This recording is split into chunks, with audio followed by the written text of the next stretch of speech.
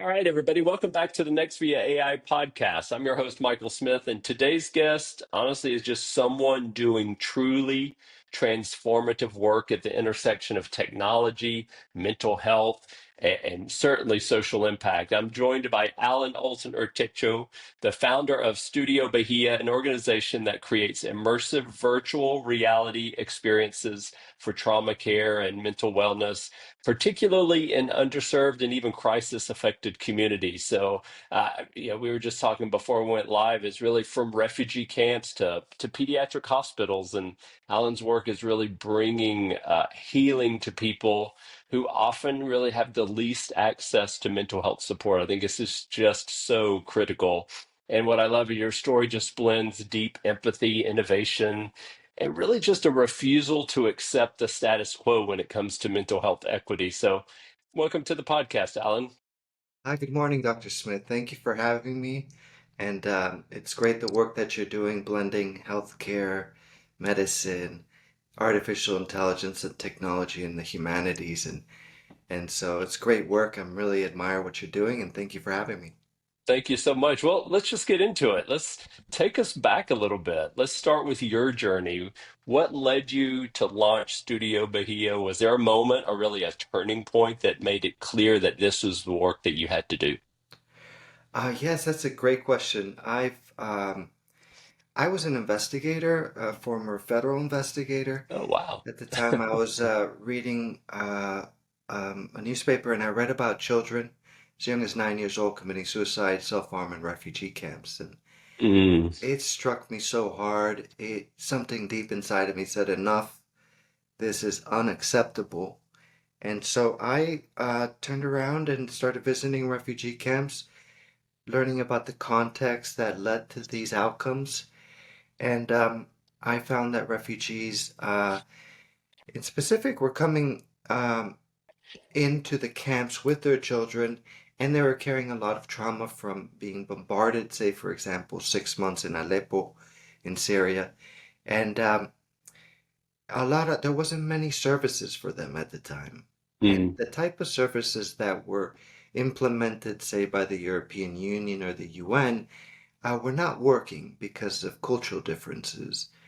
And so, uh, for example, these people don't have the tradition of speaking their most intimate problems with a therapist as maybe mhm. would an English person, an American, or a French person or somebody else. So they don't have the tradition of sharing such intimate problems with somebody they don't know. So that would kind of Interesting. cross out a clinical psychologist. And then if you have group therapy, the women would not speak if a man was present. And then because of different Mm, socioeconomic differences between people at the group therapy level, they also wouldn't speak because of these ethnic socioeconomic differences. And so there you kind of cross out group therapy. mhm. Um, and so I looked at the refugees coming into the camps, and they were carrying a bag of clothes, and they had a mobile phone, and Syrians are very sophisticated people. They're considered Syrian Lebanese the best business people in the world, the wealthiest people in South America and Mexico, even some in the United States. And I think you could ask anybody, and they will second the fact that they're some of the best people, best business people in the world, Mhm. and hence the reason the Germans took 1 million of them in. And so they came in with a good mobile phone, and I thought to myself, okay, these people have a good quality mobile phone. What about this Google Cardboard business? And what about embodied therapies? And so I was an investigator at the time who did a lot of yoga because it's a very embodied form of healing. And I thought, yeah, embodied therapies, free of language, in which what you do is experiential um, therapies. And so you're in a 3D world, you have presence, and you're able to do a number of different activities. And they can vary from relaxation to meditation to breathing Mhm. exercises to more sophisticated therapies, solution focused and so on. But I thought, yes, embodied therapies. Let's try this, and we can do it free of language. So I kind of set on that path, and I started gathering what I think is the best team in the United States as far as virtual reality in healthcare.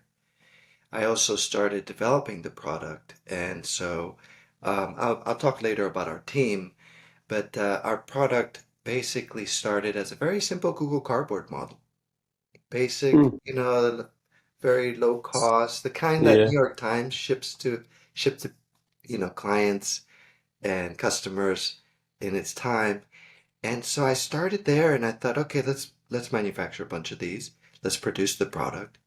And then, just then, um, I was presenting in Chicago right before the pandemic. And so I was presenting this model, and then the pandemic hit. And I was at the time presenting at Zurich Insurance in their international championships for innovation. And so the pandemic hits, and they come back to me a month or two later, and they say, Alan, we like your product for anxiety, Hmm.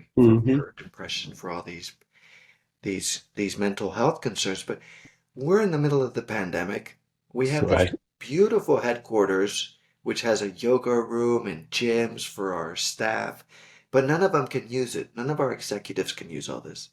Now, I like your product, but I need something better for our executives. And I Hmm. was like, okay, so you need something better. And so I thought, okay, well, I got the whole pandemic to design this. And so, yeah, I took my time during the pandemic to design our product, and I can talk about that now, Okay. unless you want to, if you have a question. But Yeah, no, no. I mean, that was actually going to be my question. If you could really describe the product and the experience, just because it's a little, that's all we can do sure, right now. Unfortunately, we can't take people through it, but yeah, I would like to understand that. yes. So I decided let's go and create a much more comprehensive product, and then also make it so that it has all sorts of benefits to refugees and these secondary benefits in all its product and its accessories. So this is our product. We manufacture it in 7 factories in Bangladesh, China, designed here in Texas. And Okay. this is our team. I might as Yeah. well go through this while we're here, right? Sure. Tammy's a nurse anesthesiologist with a PhD in virtual reality, and she writes our protocols Wow. for the use of virtual reality in healthcare. Interesting. Cindy's a clinical psychologist. She's former national clinical director for U.S. Homeland Security, so the highest level clinical psychologist in the federal government. Eva has a PhD in therapeutic narratives for virtual reality. Hmm. Myself, I'm a PhD candidate as well. I'm a designer. Marta has a PhD in audio engineering in VR, and maybe something we can talk about later because it's so interesting the immense power of sound inside of Hmm. virtual reality and how it makes the difference altogether. Right. Ariel, Ariel is from Hong Kong. She started with us as a high school intern, and we just kept her. She's our baby. Yeah. And Nice. so this is the content, and I can open it quickly so you can see a little Sure. bit of what it is. And Yeah. this is how they're handed out at hospitals. So the nurses just come in and give them to the patients and so on. Okay. So the patients open the inside. Inside you have a little lunch case, Oh, nice. and then you open the lunch case. You have a headset, and you have a little backpack. And so the Hmm. headset is very comfortable. This is quite challenging to design. This took a good portion of the 3 years of that headset. But the headset, excuse me, you put the mobile phone here. Okay. You put it up against here. You zip it up. This is really soft. We kind of designed it so it's comfortable. And then the strap Hmm. was also something very challenging because you have patients laying in bed. So it's Right. really kind of how do you do this and make it. And so it's very padded and cozy. And so besides that, the lunch case is food safe. And so refugees or Yeah. people or Yeah. kids taking lunch to school, this is very useful for them. And then we have a backpack, a little backpack, and um, let me, it's just a little It's just, string backpack. It's kind of velvety, a little Tiffany blue though. uh-huh. And so, and then we have a bandana in case you twist an ankle. You need to protect yourself from the sun if you're a refugee. Nice. It's such a cool and cute presentation. I love it. Thank you. And the earbuds.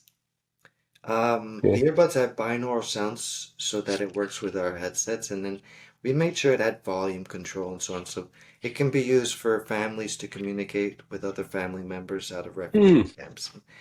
And so this is a little kit that has all benefits for refugees in a sense that we weren't exactly designing for executives at Zurich, let's just say yeah. that. But they also really appreciate all this as a kit. Yeah.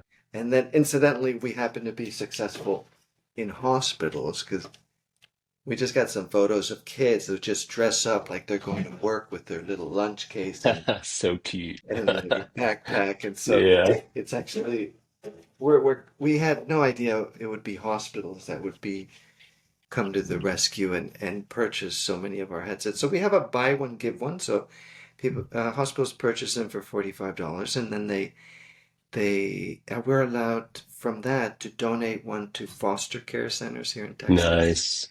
We Okay. even have refugee camps. We're also been asked to donate headsets for veterans coming out of jail.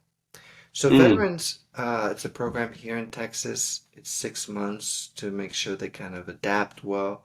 right. And so they get this little backpack with toiletries like toothpaste and stuff when they leave. So Hmm. they'll be putting our headsets inside of there. And so I thought that was really cute and really nice of them to do. And I think we'll talk a little bit more about what we do currently with the VA and refugees. I mean, with not just refugees, but veterans actually. Hmm. Um, but yeah, that's this product became cuter, I'd say, and it kind of reflects a lot of my person in a way. I was just coming back from India before the pandemic, and I also grew up in the Spanish Caribbean, and so the colors are not strange to me. Yeah, no, I love it. Me, I told you I was in Florida, so Oh love the yeah. Caribbean. That's totally my thing. You can Oh see with man. what I'm wearing. Yes, Yeah. absolutely. Yeah. So yeah, What do you th yes, go ahead. No, I was just kind of curious when you think about building an organization like Studio Bahia, I mean, whether it's the tech side, partnerships, I mean, there's even I would imagine a fair amount of like just emotional toll on the team, even creating something like this. But what's been the most surprising thing to you during this process? Well, it's a creative process, and I happen to be I grew up surrounded by art and being Hmm. forced to do all sorts of learning with instruments I didn't want to. I just wanted to play soccer, so I Yeah. wasn't supposed to Yeah. do. So, and so um, that comes easy, the creative side, and Yeah. our team is they're the best in their field, and sometimes it's kind of getting them out of their silos and bringing them into a more um, diverse and challenging environment. For Hmm. instance, we're using virtual reality in a refugee camp for therapies. There's so many moving variables Right. inside of there that it's kind of like you need Yeah. to open yourself out of, you're a clinical psychologist, a PhD professor. And so I think uh, they've come to love it because it allows them to kind of step out of their mold and um, challenge themselves actually. And so I think the biggest challenge was probably, um, geez, what would be the biggest challenge? I think it's that people don't know the benefits of virtual reality in healthcare. Right. Yeah. So it's 40 years of research showing the benefits of it and how it's able to reduce opioids up to like 80% in burn victims. And right Mm. now, currently, we have a huge opioid crisis. Yes. And so we have a tool that has been trial, tested, piloted, publications that show that you're able to reduce opioid and sedation in children. You're able to reduce it in CT scans. You're able to reduce it in different um, specialties. And it saves hospitals money because if you have to keep a sedated kid under observation, that's very Right. expensive for a hospital. Hmm. And so if you, and just for the benefit of the kid not having to be sedated, generally it's much better. But also in opioids, it's a national crisis, and I didn't know it from being here in Texas. It was only until I went up to a conference in Yale for XR pediatrics, VR for pediatric hospitals, and that I saw the amount of people up in the Northeast, maybe because it's concentrated. And so we have a national crisis as far as fentanyl and people who come out of opioids in the hospital, you know, Hmm. grandmothers and aunts and Right. sisters, and then they come into a state that has a lower amount of opioids, and so they go from a higher amount to lower, and then Mm. they end up on the streets looking for something to fix. Mm. It's brutal, and we're able to reduce opioids. And it's a small group of people, maybe 30, 40 people in the whole country that do virtual reality in healthcare. And then there's a larger circle of doctors who know about it, who actually purchase our product or bring in these products into hospitals. But it's overwhelming, the evidence. Just give you a basic example. You take a kid to get an injection, and he just goes mad berserk. Hmm. Just loses it. And so you're sitting there with a kid who's totally stressed out. That's another issue when you're giving them the vaccine, that their body is reacting in such a way. But Hmm. that if you come over and you put a VR headset and you distract them that they're playing with a dragon or they're flying through space, they don't even notice the injection. Yeah. I mean, I don't know how any mother listening would not be like, I need that thing for my Uh-huh. kid. Yeah. And Well, I mean, you bring up a hospitals. good point, is that, I mean, obviously hospitals, doctors, parents. I mean, when you think of a product like yours, once the kid uses it, once those adults see how the kid is doing from using it, I mean, it's kind of done, right? That's what you want. But how It do you is. get in front of the right people with the right messaging at the right time? I mean, have you guys, this is where kind of my AI brain kicks in a little bit. Have you guys explored any ways that AI can actually help you identify those people, get in touch with those people, put your messaging in front of those people to educate them even? We have looked at um, that, but through a very basic and conventional manner through ChatGPT and so forth. And Hmm. so Yeah. we put it in, and we get some market reports and some statistics and recommendations, but not exactly what would be the direct contacts. And now the challenge is the reason virtual reality is not in all hospitals is because of the pandemic. The pandemic actually stopped headsets being put in because of the sanitation issue. Yeah. Yeah. So they used to be in receptions when you would be waiting Hmm. for an appointment with your doctor. They would be inside of hospitals. They'd be training, using VR to train residents. All of these use cases were wonderful, and they were just picking up when the pandemic hit. And so you don't have any VR headsets as you used to, and so it's kind of building back up. The fortunate thing is that our model, each person who gets one of these takes it home. And Right. so it's individual. And so no, you don't share it. And if you don't share Hmm. it, then the whole sanitation issue is kind of like crossed out. You've kind of Right. Yeah. so we're kind of saving the healthcare and virtual reality industry, which is really small, from Yeah. total annihilation from the pandemic. And so we're kind of one of the few who are just very actively and scaling this solution in the way we are. I mean, is it hospitals that are the main organizations that could help you scale?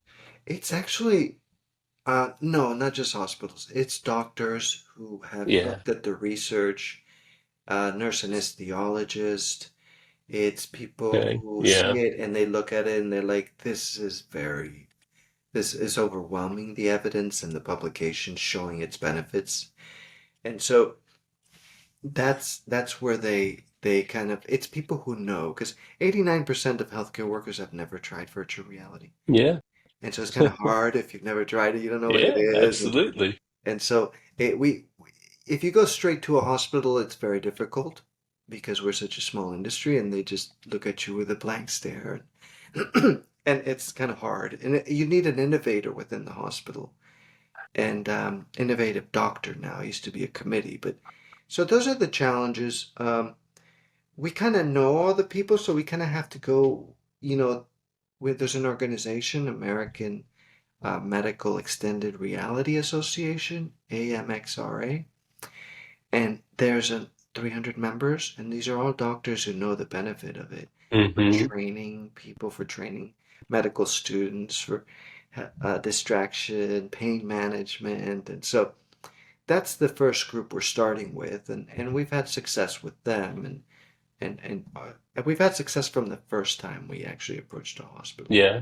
So it's just a matter of going slowly through each different, but definitely AI would be incredibly helpful in kind of fishing out from that immense amount of millions of people in healthcare to the Exactly. innovative directors, to people who do programs that are new inside a hospital.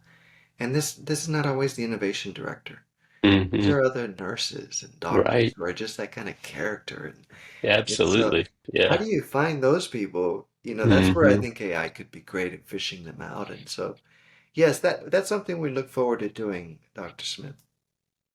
I mean, I definitely want, if you can identify that ideal candidate, like that would be open to what you have. I mean, that's you're right. AI can do that in a much more effective and efficient way than our brains can. Yes. Um, I can like telling the story, your story, but also the story of the power of virtual reality for these children. That it's obviously not something you can really explain with a PDF. I mean, how are you really telling that story at scale? I mean, do you do videos, blogs? I mean, AI Well, content? I mean, how are you doing all that? I would, but I'm just learning to be a better salesman. I do wear a bunch of hats from Yeah, designing the product to shipping. I negotiate with sure, factories. it's a lot. I work Hmm. with a lot of different people, and we also do revolutionary research with institutions like Stanford, and we did a 2-year project for early detection of Alzheimer's and dementia using virtual Mm. reality. And in the process, we also got to do early detection of Parkinson's just by chance. So this is the best virtual reality studio in the country, and it allowed. But right now, it's about 100 people over 60 are trialing 4 Okay. psychological exercises, and where they walk through and they do different exercises to be able to help detect this horrible disease early, and maybe Hmm. they can do some lifestyle changes or or try some new trialed methods to slow down dementia Right. and Alzheimer's. But we do revolutionary stuff like that with IIT Hyderabad as well in India, which is like the MIT of India. And so we do revolutionary work. We're a nonprofit. We charge less than commercial companies. We charge Hmm. $50 an hour, which is about a third. And the purpose of that is so that we can help advance research Right. in everything from IBS. We're doing IBS right now with Canadian doctors Hmm. because they found IBS is due to adverse childhood events. And so, how do you propose a cognitive Right. behavioral therapy for that audience? And so we do a lot of that kind of work too. We're a nonprofit, and we we're one of our missions is to advance research. Because our 90% of our brain is processing the visual field. Hmm. So most of our brain is in this visual field. It's not Right. listening to words or people speaking to them. We're very Yeah. typically of people of Western, at least religious groups, Jews, Muslims, and Christians. We're people of the book. And so that means first there was the word. And so we're very literate and verbal inclined people. And so you have to kind of pull people away from that and say, look, we have something far more powerful, and it's this Hmm. visual field in which you can have experiential learning. And if you look at learning in VR, the retention levels are 75%. If you go to a presentation by a professor, it's 45%. If you see a YouTube video, it's 25% retention. So we have the highest amount of retention. We have Yeah, experiential, nice. and so I was just in a hospital last Friday, and I was sharing with them how each hospital has a little room where people get their training for CPR, and it's kind of like a certification. You need to do it, and that their retention levels are very low. They go in there, there's a dummy, they do their exercise, they walk out. But that if you put people in virtual reality walking through a park, and suddenly they hear somebody screaming, "Help! Help!" and they walk their VR headset, they walk, Mm. they're kind of ghosting in it, they're kind of piggybacking on it. And the person runs to the help, finds somebody on the ground, and starts applying CPR to them and following all the procedures of it. That has a retention level of 95% because you felt it. Wow. You felt the Yeah. emergency, the urgency, the adrenaline Uh-huh. started pumping, and suddenly Interesting. you have to bring to bear what you know. And so you're ghosting as you're doing it, you're Hmm. following it, and suddenly it all comes, it stays with people for years. They never forget that. They applied themselves in a situation that brought up all their sensory qualities and and Right. and and so we have something so powerful for training. 75% retention Interesting. level Yeah. is unheard of. Social media doesn't come up to our knees, or YouTube doesn't come up to Yeah. our knees when it comes Yeah. to retention. People Hmm. come out of it and they know what they need to do in a CPR Yeah. situation. So we have something wonderful. It's easy to convert doctors if they give us the time, Hmm. and then it's getting over a lot of the red tape in some hospitals. Not so much nowadays. And so, but we've been successful. Every hospital we reached out to, um, we've sold headsets. And what we do is we send them headsets at first, two, three to trial. That's not how it worked very well at first. We send out 30, 40, 50 headsets. Because once it gets past the doctor who might be having a bad day, into the patients, you Yeah. get it to the patients, and suddenly suddenly the patient's like, oh, I love this. Then I they just get it. love Yeah. it. Yeah. I had one doctor who didn't care much for headsets, and then he took it home and he shared with me how his whole family tore apart, and his wife ended up with a headset. Kid ended up with the lunch case. Oh, It was goodness. something, it was something else. And so he's like, okay, Alan, I give in. And we want some of your Not headset. exactly the point, but I guess I'm glad, good thing it got him there. I was thinking about what about parents? I mean, are parents just able to Yes, purchase they're it? able to purchase just on our website, Yeah, okay. studiobahia.org, and Have you interacted with parenting organizations? we do a lot of more specific concerns than just parents, but I do understand there's a parental mental health crisis. I know a lot of people and a lot of media goes into the youth mental health crisis we currently have, Hmm. but there is a parent mental health crisis that is also not given its proper attention, and it's Yeah, quite and I was concerning. really Yeah, thinking more like if a parent, like for the child, yeah. but like purchased it for their child because they knew their child had anxiety or their child, had whatever. Um, is that something you would recommend, or do you feel like that's more appropriate going to a doctor? No, I think it's fine. Yeah. We have all the instructions and the Okay. publications to back that up. We recommend, we are the most conservative as far as the use of VR with youth and children. So we recommend anyone under 18 to be able to have parental guidance when it comes to using it. And Yeah, that that makes a lot of sense. entails Yeah. parents kind of showing it to the kid and showing how to use Hmm. it, not to stay too long in it. And so yeah, that is a tool, but parents are so overwhelmed these days, and Yeah. matching us with them would be something else. And if they need a lot more help than that, actually, I Yeah. think, and so And yeah, how much did you say the device was? The whole other package? other $45. Yeah, I thought that's what you said. That's fantastic. I mean, it's makes it really accessible. Yes, and Yeah. excuse me, and all the content, VR content is free actually, and so we never going to charge for any Hmm. content, Yeah. and we also protect your privacy because we started in refugee camps with people who were being persecuted, and so Hmm. their safety, their data, we had to make sure that we did not even try to collect it, and so we're more than HIPAA compliant. Yeah. We're on a different Yeah. level than so we don't collect any of this data from users. Right. Hmm. And so we have a different approach. People trust us because we're a nonprofit. We can't go bankrupt or anything. A nonprofit can't take out a loan. And so other companies that have gone out of business in virtual reality ended up with the big databases being sold off and passed around with a lot of the intimate information of patients and customers. And that's happening right now. Yeah. You go through any bankruptcy proceedings of these companies.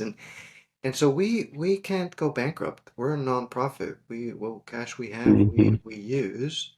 We pay our staff. We produce more content, and so we're not going to sell or resell or we don't even collect the Right. data to begin with, Yeah. and so we Hmm. don't have anything like that. And so people trust us, and so So but we've it talked about the yes. past, we've explored that, certainly the present, but I'm curious, if you were to fast forward 6 to 12 months, what would amazing growth look like for your organization, Studio Bahia? And is there really anything that you felt if it were easier or more scalable that you could kind of take things to that next level of impact?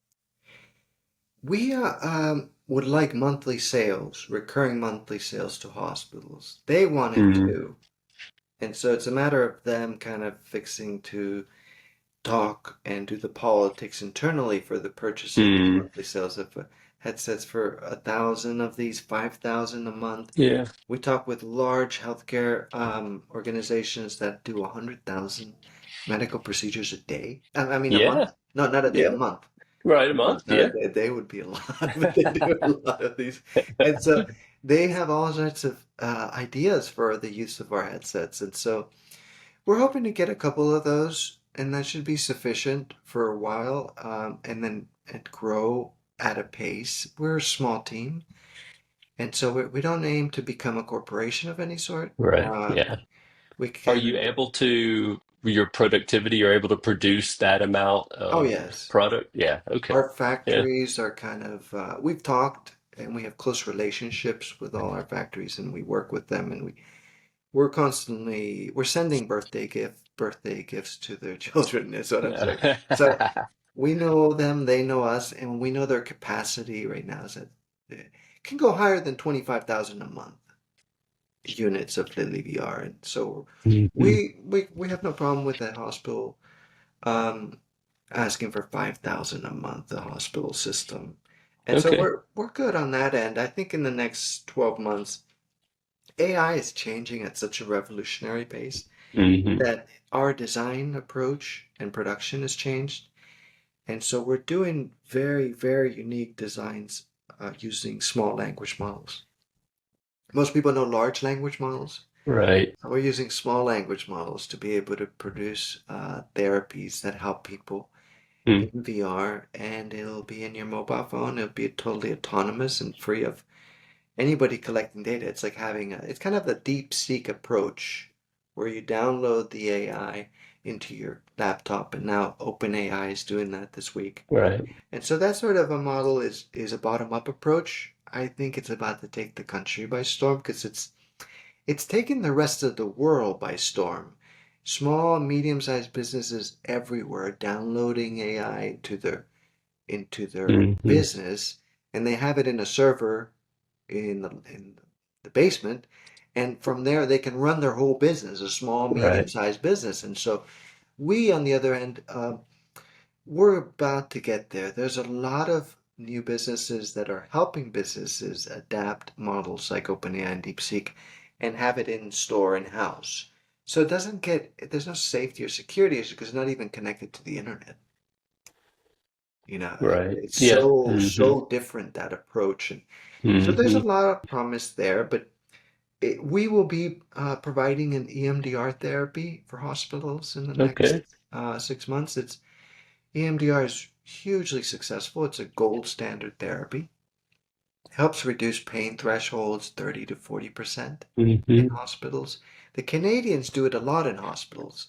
They're doctors too, but they bring in therapists to do this EMDR in the hospital, and they do it with children specifically to great success. And if anybody doesn't know, EMDR is eye desensitization therapy, and it has immense benefits for people. It works great with people with depression, anxiety, PTSD. We're designing one for complex PTSD, people who put up Hmm. with prolonged trauma. And so EMDR was great for, somebody at the hospital who had a car accident or a natural disaster, and it was one event. And the doctors, nurses would do EMDR on them, Right. reduce pain, reduce the physiological tension that came from the trauma, Hmm. the impact of it, and people would be able to heal faster, leave the hospital faster. And so now it's progressed in the last couple of years, EMDR, where you have where it's able to do complex PTSD, and that's where veterans and people who have prolonged trauma have found it to be incredibly successful. They tell you Yeah. it saved my life. People with major depressive disorder, it saved their lives. And so it's this recent progression in its quality that it's now able to address complex PTSD. And we're putting it in a small language model in your phone. And you'll be able to Hmm. use our headset to be Yeah. able to see it. And so Uh-huh. that's the reason we're doing it, we're looking at it, is we operate in low resource settings like refugee Hmm. camps, so it needs to operate without Wi-Fi. And then we also are working with the VA to reach the 30, 40,000 veterans who are on the streets, who have trauma, who have not been able to process that trauma. Right. And for them to be able to process that trauma free of Wi-Fi. And so that's the goal that we set ourselves to reach 30, 40,000 veterans actually in the next Yeah. couple of years. Well, such impressive work. I mean, it's fascinating. I can't that like using this kind of technology to have this kind of impact is definitely something of the new world. It's so incredibly, and I'm going to definitely be following you guys. Where, if someone wants to get in touch with you, Studio Bahia, what's the best way for them to connect with you? Visit studiobahia.org, studiobahia.org, and or write to me at Allen at Studio Bahia, and just any questions. We're very accessible, and we have like 14 high school interns right Oh, cool. now, and Yeah. we have a bunch of people volunteer. We have 18 volunteers, so we're kind of a community where people just come in and they have fun and they learn to design things because all of us have friends or family who suffer in silence, and so if we could do something like design an experience that Hmm. would help that family member, help that friend. And so those are the people that come to us. They come and they say, I've had IBS for 30 years. I don't want it to, Right. I can't go on with this. I've had Yeah. PTSD. I've had anxiety. I've had major depressive disorder. There's so many different things that pop up, and we're like, and then, let's work on it. So we let them, they come in, and I said, do what you please. Look at what we do, look at our method, take our research. We have all the journals in VR and HR, so read those, learn about them, put them in AI and have them summarize Yeah. Hey, it. exactly. And then turn Yeah. around and start looking at these things. And some people are looking at it for training purposes. They're Hmm. training others. They're looking at it for um, just engagement with people. Oh, we're doing right now end of life training for Mm. end of life doulas. And it's a huge demand we have for that. And we don't know where to even start, but we've decided to do an 8-part training for caregivers because you have this huge population, 70 million boomers who are coming at age, and then they have all these children and caretakers, and Yeah. the caretakers don't know how do we converse, and so end of life doulas are trained to know how to psychologically bring the person into themselves when they have Right. 6 months to live, when they have 1 month to live, when they have a week to live, when they have an hour to live. So it's that framework is how, and you get trained in how they do this so that you as a caregiver, I have parents that are older. Mhm. How do I take care of them in this process? Yeah. There's a huge demand for that. People don't know. And if you don't follow these processes, the, your elderly parent transitions with a lot of suffering, and you transition into a lot of guilt and shame, Hmm. and why didn't I come into this, bring this into a conclusion, differences and things that stand out. Yeah. And so we're going to train you on how to do that. And it'll be 8 parts. So you'll have to go through 8 parts on our little cute headset. They're all free. It'll take us a good year to do this, but it's it'll allow you to have the words, the context, the training to be able to help your parents and elderly transition in a very beautiful way. And in that way, it's something that's very rich to your own life as well. Well, that is definitely something I can really relate to as someone whose mother is going to be 96 on Wednesday.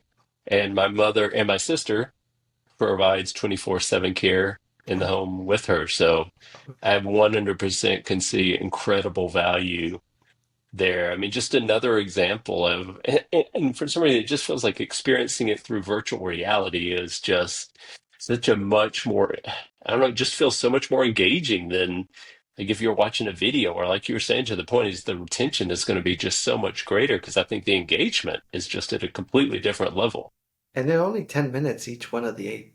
Yeah. So it's because it's so well uh, a content medium to to ingest this knowledge. We don't need to Hmm. do an hour of you sitting in front of a. Right. No, it's just 10 minutes each, Yeah. and then you have the kind of the posturing, the verbal, the words, the way you approach it. It's a psychological process, really, of helping Hmm. your elderly um, parents let go of things that they don't need to.